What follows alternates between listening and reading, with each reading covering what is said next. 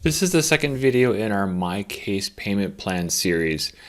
In our first video, we discussed how to use deposit into credit as a process to take an initial payment from a client by only entering the client's name, email address, and credit card information.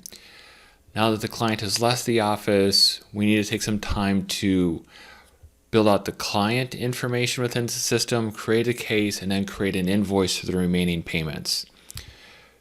So if you ever need to see what client payments are pending within the process, or we have these deposit into credits, if you want to see a list of the things that need to be applied to invoices, we can run the NonTrust retainer account summary. And so here we see the $1.02 for Ruby.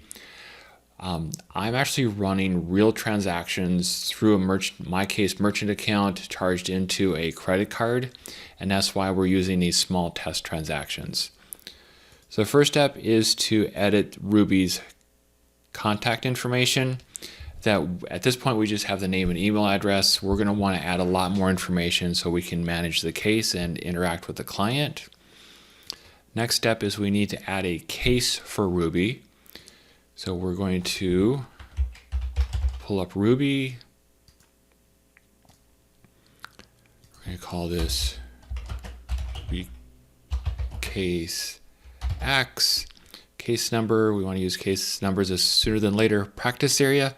This is important because we're going to use this practice area in creating management reports for our accounting service and CFO service clients. That we rely on data out of MyCase to run these metrics, that we don't use the accounting system as the source of this information. The MyCase integration doesn't work the way you would think it would, and so we need to have this accurate information within the system. Case opened is today, and that's fine. So billing is going to be a flat fee for $3.02. We're going to go ahead and staff this. And here we have the case open. So you will need to add more details, upload some documents, but that's enough to take care of the accounting details. So now we need to create an invoice for the client. We do invoice, add invoice. Okay, so it automatically populates with the $3.02 flat fee that we designated when setting up the case. So let's go from the top to the bottom. The invoice number auto-populates, invoice date today is fine. We want to set payment terms to due date, because once we change this to due date, that then this automatic reminders box appears. And what this does is when we have payment plans, MyCase is going to send reminders 7 days before the payment is due, on the due date, and then 7 days after if it's missed. And so we certainly want that to be turned on. Most firms who are doing payment plans are using these against prepaid flat fee cases, so we can go ahead and have the funds deposited to operating. And then we're going to scroll down. There's our $3.02. Next thing you want to do is, so here's our $1.02 that we grabbed on that initial payment. So what we want to do here is we want to turn on a payment plan. And so how MyCase is a little quirky the way it wants this done is it wants us to enter the first payment that was already been made in this box. And then when we go to the next screen, it will auto apply this amount to this payment. Then we want to schedule our future payments. The next payment will be due October 4th for $1. And then the following payment will be due November 4th for $1. Okay, so at this point we have no more remaining balance, that our payment plan schedule matches the invoice amount. And the other box we want to check is we want to hit automatic payments.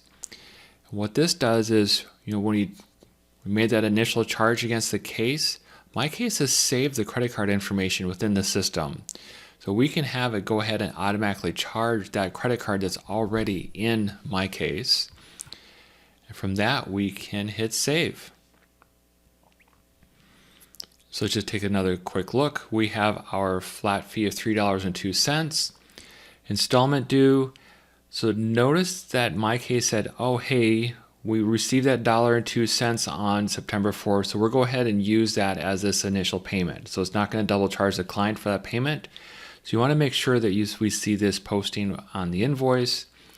We have the payments for the following 2 months, and we're all set there.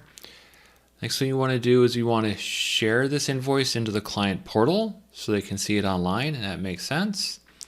And then you probably also want to email the invoice to the client just so they can have a copy as well. And we should be all set. So the one thing you do want to watch and double check is if we collected money up front, that we're watching this initial payment. So MyCase is saying, hey, we see this payment's already in the system. We're not going to double charge the client on this day. And with that, it's a quick overview of how to set up the client, the case, and the invoice, and the future payment plan. Our next video is going to be how to use MyCase to monitor the status of payment plans. Thanks.